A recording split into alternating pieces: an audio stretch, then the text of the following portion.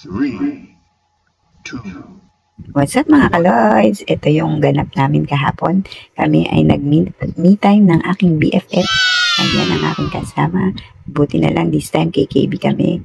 Kasi nga siya yung nag-iya sa akin. Gusto niya daw magpa-manicure.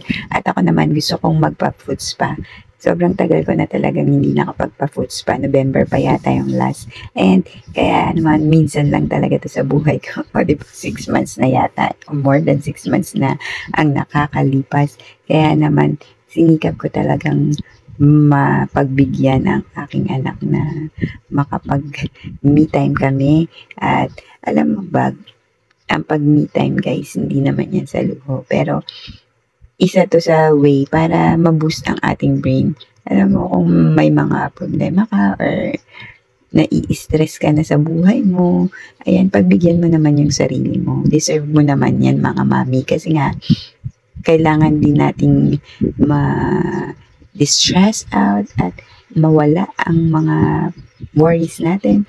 And tayong mga mami, yan lang naman ang munti nating kaligayahan. At pasensyahan nyo na at puro pa ang nakikita nyo kasi nga pedicure at foot spa ang pinagawa ko.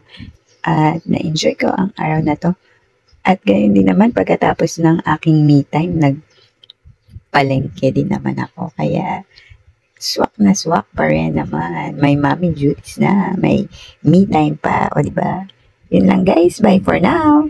See you on our next mini vlog.